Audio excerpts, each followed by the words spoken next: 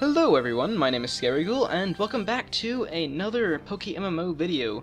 As you can see, we are grinding now, and I texted my friend back. She is in the hospital. I haven't figured out why she's in the hospital, but she should be home soon, and I'll talk to her when she gets home at least, I know that much. I hope everything's okay, but let's go ahead and let's grind.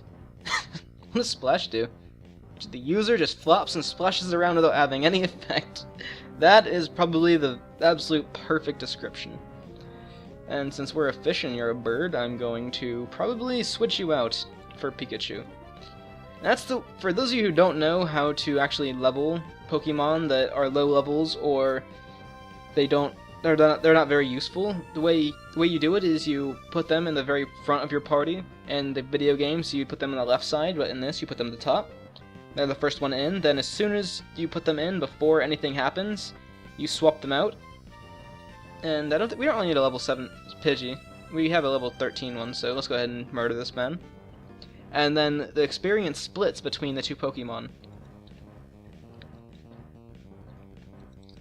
Alrighty then, let's see. I think it's another one of those display glitches where it completely restarts the XP bar for this. Yeah! We need a better form of experience for Magikarp. I don't want to go into the cave just yet, but I think we can grind both Pikachu and Magikarp this way, so I think that's fantastic. What's everybody saying down here? Why does the starter tournament have to be tomorrow? Wait, what? There's a starter tournament tomorrow? Interesting, and people are talking about anime up here. Oh dear, okay. Let's see. Alright. Oh my god. Well, this is interesting. Alright, let's just keep murdering Pidgeys for now. So, have any of you guys started playing? Okay, so my friend just texted me back. Let's see why she's in the hospital. Hopefully that's her. Oh no, that's somebody else. Alrighty.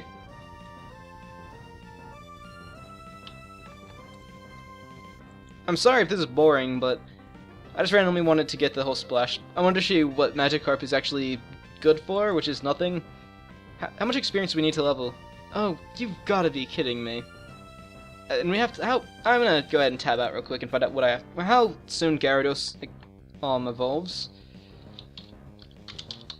For those of you who don't know where to go for all Pokemon resources, bulbapedia.bulbagarden.net or just bulbagarden.net is the Pokemon wiki. It's not an official Pokemon wiki, but it should be. It has more or less everything you'll ever need to know. And for battle strategies, team help, I think Smogon University is another place that you want to check out. Both of those places are very, very beneficial, and you should definitely check it out. I think one thing we should check out, though, is what our Magikarp's abilities are. Okay, let's see. His nature is so relaxed, okay. I don't know whether or not this will transfer to our Gyarados, but how do we figure out our special abilities? Okay, our ability is Swift Swim, which means that our speed is increased in rainy environments, so this means we could do very well with a Drizzle team. Now, what the Drizzle team is, it's one of the main weather-inducing teams. Okay, hold on, okay, so it evolves in a Gyarados at level 20? You've got to be kidding me.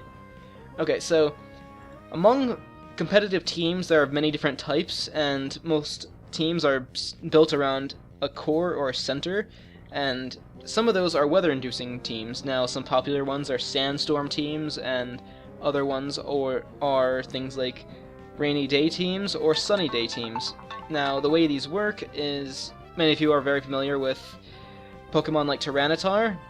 Some of the Elite Four in Fire Red has them, and he's very well known for something he's very good at, which is being annoying because he has the Sandstream ability, which brings in a Sandstorm to the battle, but sorry, I'm getting a text message. He brings a Sandstorm to battle, but it does not last 5 moves, it lasts the entire battle. Now, the reason this is good, okay, who do you want to switch in for this? Probably Charmeleon. The reason this is good is because Rock-type and Ground-type Pokemon, their defense will increase by 50% as long as the Sandstorm is up, and also some others, like Garchomp or Tyranitar, they'll get attack boosts from it, which is fantastic. Now, each weather has a different effect. Like rainy day, it boosts water type attacks, and also, actually, I think Sandstorm might boost normal attacks, but I'm not entirely sure, or rock type attacks. But I think it's just a defense one. Rainy day, it's more of it's definitely more of an offensive type team because with a Swift Swim ability, it increases your either evasion or your speed. I'm not entirely sure which one it was, but I'm pretty sure it's your speed. So it increases your damage and speed, so that's very oriented in combat. Now, Sunny Day teams, they work a little bit differently. The way Sunny Day teams work is... Okay, oh, I should have went with Pikachu, shouldn't I? Oh well. Anyway, Sunny Day teams, they mainly benefit a mixture of grass or fire Pokemon, so they're very diverse in the fact of what they actually affect. So you can either go with fire moves, which get an attack bonus, or you can go with certain grass-type moves, which things like Solar Beam take 2 moves to charge up. They will not require that charge-up time, which is good, because, I don't know if you guys know, but Solar Beam is... That thing has 120 power, or 150, something like that. It is an incredibly powerful move, so Sunny Day teams, they are incredibly offensive as well. I think there might be a few less popular teams, like Trick Room teams, and teams that go around certain moves. There's also entry hazard teams, where you set up entry hazards, such as Stealth Rock, or Poison Spikes, or Spikes, and then you use something like Skarmory, and I think it's Whirlwind, or something like that, to constantly cycle your opponent's Pokemon so they constantly get attacked by the entry hazards and can't attack you. And then Skarmory is really good for this because he has Roost, and Roost is basically a self-healing capability. Alright, let's go ahead and throw Pikachu back in. I've posted my normal team in the description, but I do use a lot of entry hazards in my normal team, but it's not what defines my team. My team is definitely a mixed team. I don't really have any one goal, but I do use weather, but I use it way later in the game. It's kind of it's a late game tactic that I use when my chips are down. I spend most of my early game